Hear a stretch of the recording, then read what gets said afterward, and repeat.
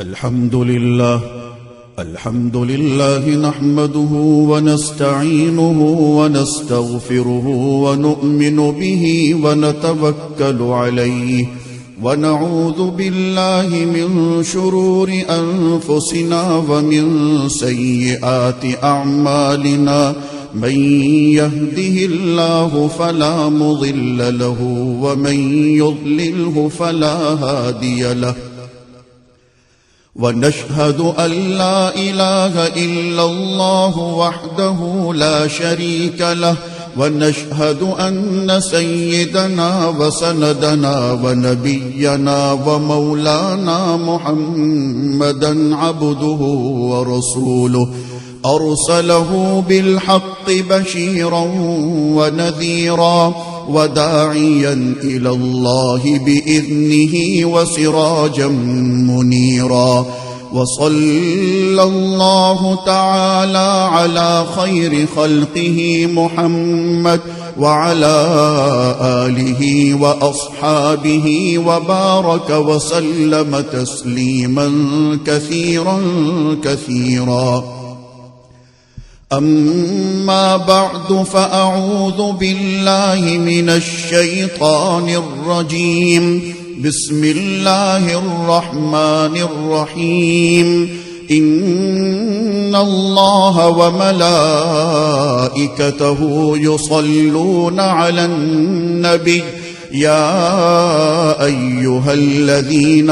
آمنوا صلوا عليه وسلموا تسليما. اللهم صل على سيدنا محمد وعلى آل سيدنا محمد بعدد من صلى وصام وصل كذلك على جميع الأنبياء والمرسلين وعلى الملائكة المقربين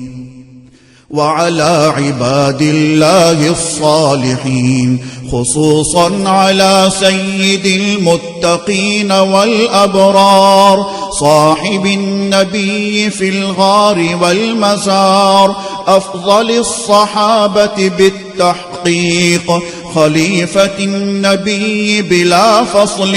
إمامنا أبي بكر الصديق رضي الله تعالى عنه، وعلى الناطق بالصواب والعادل بالكتاب إمامنا بالحق عمر بن الخطاب رضي الله تعالى عنه، وعلى صاحب الحياء وناشر القرآن الشهيد المظلوم حين تلاوة الفرقان عثمان بن عفان رضي الله تعالى عنه،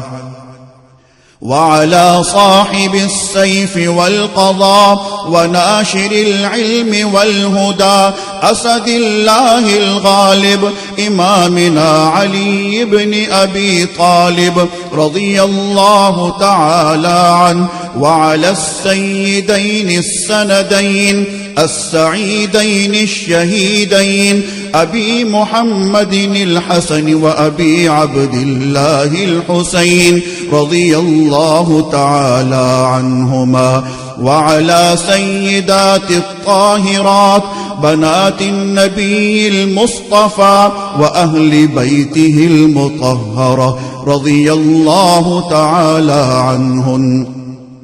وعلى عميه النبي المجتبى سيدنا العباس وسيدنا حمزة رضي الله تعالى عنهما، وعلى كل الصحابة رضوان الله تعالى عنهم أجمعين. الله الله في أصحابي لا تتخذوهم من بعدي غرضا، فمن أحبهم فبحبي أحبهم، ومن أبغضهم فببغضي أبغضهم، وخير أمتي قرني ثم الذين يلونهم ثم الذين يلونهم. تعادلوا عباد الله رحمكم الله، إن الله يأمر بالعدل والإحسان وإيتاء ذي القربى